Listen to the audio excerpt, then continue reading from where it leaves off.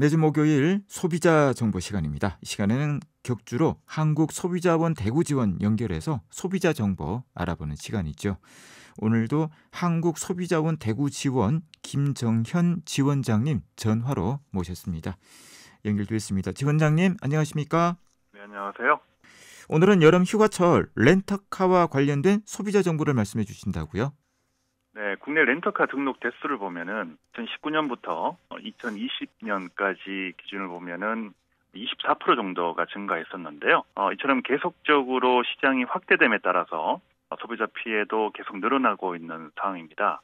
특히 다가오는 여름 휴가철에는 관광지를 중심으로 여러 가지 피해 사례가 증가할 수 있기 때문에 오늘은 여름 휴가철에 발생할 수 있는 렌터카 피해 예방 정보를 말씀드리고자 합니다. 네, 렌터카와 관련된 소비자 피해는 연도별로 어느 정도 생기고 있습니까? 네, 피해구제로 신청된 건수인데요. 2019년도에는 276건이 접수됐고요. 2020년도에는 23.9%가 늘어난 342건이었다가 2021년도에는 0.9%가 줄어든 339건이 접수됐고요. 네. 작년에 2020년은 2021년보다 11.5%가 늘어난 378건이 접수돼서 증가 추세임을 보실 수 있겠습니다. 네. 정식으로 접수가 된 피해구제 접수 건수 매년 300건대 이상이니 일반적인 상담 전체를 보면 더 많을 것 같고요. 월별과 지역별로도 건수를 조사해 보셨다면서요? 최근 4년간 접수된 피해구제 사건 1,335건을 월별로 분석해 봤는데요. 관광 수요가 많은 휴가철인 7월 달이 전체의 11.4%로 가장 많았고요. 네. 그 다음으로는 9월이 9.8% 정도였는데요. 여기서 8월까지 더해서 본다면은 7월에서 9월까지의 접수 사건이 전체의 30%를 차지하고 있었습니다. 그리고 지역별로 내륙 지역과 제주도로 구분해 봤는데요. 최근 4년간 전체 건수에서 내륙 지역이 59.3%를 차지한 반면에 단일 지역인 제주도는 무려 40.1%를 차지하고 있었기 때문에 제주도에서 상당히 많은 피해가 발생하고 있다고 보시면 될 것 같습니다. 네. 여름철 대표 관광지인 제주에서 발생하는 피해가 상당히 많은 비율을 차지하고 있는데요. 한국소비자원이 이 개선 노력을 꾸준하게 진행을 하고 있다고요? 네, 그동안 저희 한국소비자원은 제주 특별자치도 그리고 사업자 단체와 함께 피해 예방 활동을 포함해서 사업자의 자정 노력을 기울일 수 있도록 노력을 많이 했었는데요.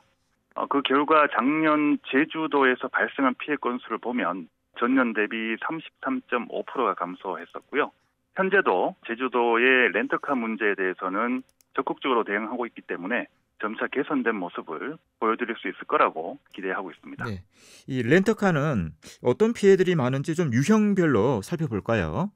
네, 피해 유형별로 살펴보면요. 계약 관련 피해가 44.3%로 가장 많았는데요. 세부적으로 보면은 예약을 취소를 한다든지 중간에 반납하는 경우에 위약금을 과다하게 청구한다는 불만들이 68.2%로 대부분을 차지하고 있었습니다. 네. 그 다음으로는 사고 발생에 따른 처리 비용 문제가 35.3% 정도였고요.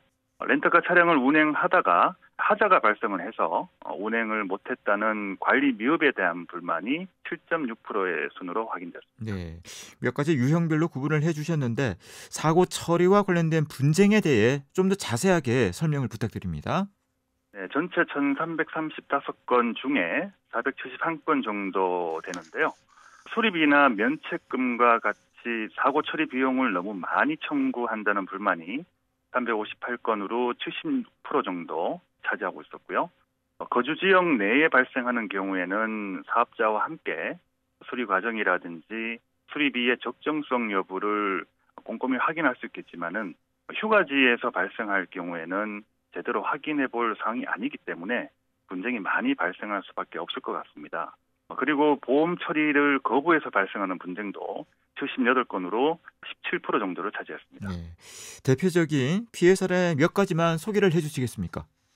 타이어와 힐에 발생한 스크래치 수리비로 120만 원이나 청구한 사례가 있었고요. 이와 비슷하게 상대편 수리비가 10만 원 정도인 경미한 사고에도 대물 면책금으로 50만 원을 청구했고 이를 납부하지 않으면은 차량 반납을 거부한 사례가 있었고요. 이용 예정일 며칠 전에 취소를 했는데 환불 불가 문자를 보냈다는 이유로 환불을 거부한 사례가 있었습니다. 네, 과다한 수리비나 대물 면책금을 청구하는 사례들이 특히 많았군요. 자, 끝으로 소비자들이 뭐 좀 주의를 해야 될 부분들이 있다면 어떤 것들이 있을지 말씀을 해주시겠습니까? 네, 저렴하다고 결제부터 하지 마시고요. 표준약관을 사용하고 있는 업체인지부터 확인해 보시길 바랍니다. 사고를 대비해서는 자차 보험에는 꼭 가입하시는 게 좋겠고요. 면책금 부담 여부라든지 수리비 보장 한도에 대해서도 확인해 보시기 바랍니다. 그리고 차량 인수 시에는 상태를 꼼꼼하게 확인해 보시는 건 기본이고요.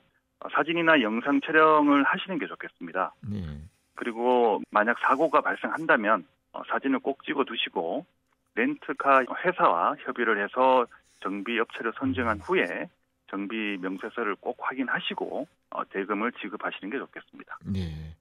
표준 약관을 사용하고 있는지 또 사고를 대비해서 자차 보험에 가입을 해야 된다는 말씀. 또 차량 인수 시에는 가급적이면 사진이라든지 영상 촬영을 해서 차량의 상태를 미리 기록을 해두는 것이 중요하다라는 그런 말씀이었습니다. 네, 오늘도 유익한 소비자 정보 고맙습니다. 네, 고맙습니다. 네, 한국소비자원 대구지원 김정현 지원장이었습니다. 계속해서 법무법인 효성소속 배지현 변호사의 법률 칼럼 이어집니다.